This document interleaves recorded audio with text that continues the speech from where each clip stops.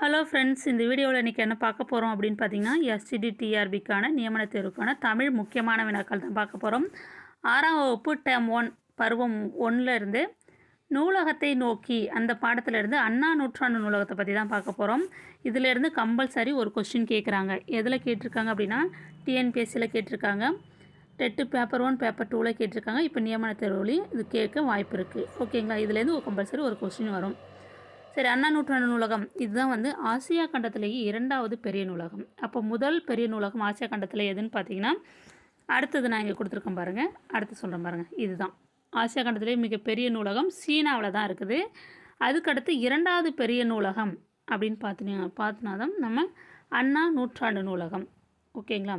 Asia கண்டத்திலேயே 2வது பெரிய நூலகம் அண்ணா நூற்றாண்டு நூலகம். ஆசியா கண்டத்திலேயே முதல் பெரிய நூலகம் எங்கே இருக்குது அப்படின்னு பார்த்திங்கன்னா, சீனாவில் இருக்குது. அது எந்த நூலகம்னு அதில் சொல்லலை. அடுத்தது இது வந்து தரைத்தளத்தோடு 8 அடுக்குகளை கொண்டது. இந்த அண்ணா நூற்றாண்டு நூலகம் தரைத்தளத்தோடு 8 அடுக்குகளை கொண்டது. இதன் பரப்பளவு பார்த்திங்கன்னா 8 ஏக்கர் பரப்பளவு. ஓகேங்களா? இது இம்பார்ட்டன்ட் தான். சரி, அடுத்தது நம்ம இப்போ இதை தான் பார்த்துட்டோம். ஆசியா கண்டத்திலேயே மிகப்பெரிய நூலகம் சீனாவில் இருக்குது. 2வது நூலகம் இந்தியாவில் இருக்கக்கூடிய அண்ணா நூற்றாண்டு நூலகம்.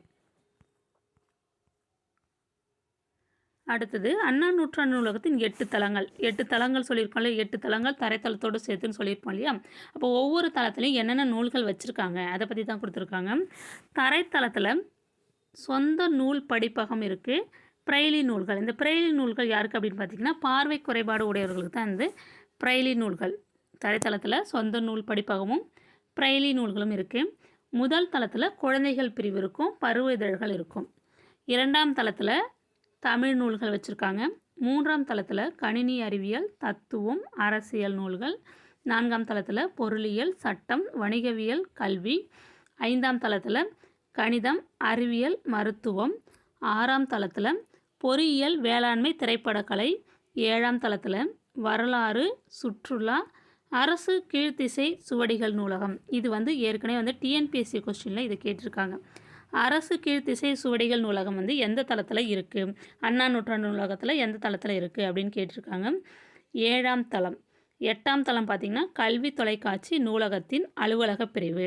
இது வந்து 8ஆம் தளம். ஏற்கனவே என்னென்ன கொஸ்டின்ஸ் கேட்டிருக்காங்க அப்படின்னு பார்த்திங்கன்னா, தரைத்தளத்தில் என்ன நூல்கள் வச்சுருக்குறாங்க அது கேட்டிருக்காங்க. அப்புறம் கொஸ்டின் வேறு எப்படி கேட்கலாம் அப்படின்னு பார்த்திங்கன்னா, பிரெய்லி நூல்கள் எந்த தளத்தில் வச்சுருக்காங்க, தரைத்தளத்தில். இந்த கொஸ்டின் கேட்டுட்டாங்க. அடுத்தது தமிழ் நூல்கள் எங்கே இருந்தது, 2ஆம் தளத்தில் இருக்குது. இதை பற்றியும் கொஸ்டின்ஸ் கேட்டிருக்காங்க. இதுலேருந்து 4-5 கொஸ்டின் வந்து இதுலேருந்தே கேட்டிருக்காங்க. ஓகேங்களா? அடுத்தது பார்க்கலாம். இதுவும் இம்பார்ட்டன்ட் தான். என்ன அப்படின்னா, இந்த நூலகத்தில் படித்து உயர்நிலை அடைந்தவர்களுள் சிலர்னு கொடுத்துருக்காங்க. யாருன்னா, அறிஞர் அண்ணா, ஜவஹர்லால் நேரு, அண்ணல் அம்பேத்கர், காரல் மார்க்ஸ். இவங்க 4 பேர் வந்து இந்த நூலகத்தில் உள்ள புத்தகங்களை படித்து உயர்ந்த நிலையை அடைந்தவர்கள் அப்படின்னு கேட்கலாம். இப்போ கொஸ்டினில் எப்படி கேட்பாங்க அப்படின்னா, அண்ணா நூற்றாண்டு நூலகத்தில் படித்து உயர்நிலை அடைந்தவர்கள் அப்படின்னு சொல்லிட்டு 4 ஆப்ஷனில் 3 ஆப்ஷன் வந்து இங்கே இருக்கிற பேரை வந்து செட் பண்ணிவிடுவாங்க. ஒரு ஆப்ஷன் வந்து வேறு ஏதாவது பேர் அதில் செட் பண்ணிவிடுவாங்க. அப்போ அதில் எது தவறானது அப்படின்னு கொஸ்டின் கேட்டாங்கன்னா, நீங்கள் அது தவறானதை நீங்கள் சூஸ் பண்ணிடலாம். அதனால நீங்கள் தெரிஞ்சு வச்சுக்கலாம். இந்த நூலகத்தில் படித்து உயர்நிலை அடைந்தவர்கள் எந்த நூலகம், அறிஞர் அண்ணா நூற்றாண்டு நூலகம். அறிஞர் அண்ணா, ஜவஹர்லால் நேரு, அண்ணல் அம்பேத்கர், காரல் மார்க்ஸ். ஞாபகம் வச்சுக்கோங்க.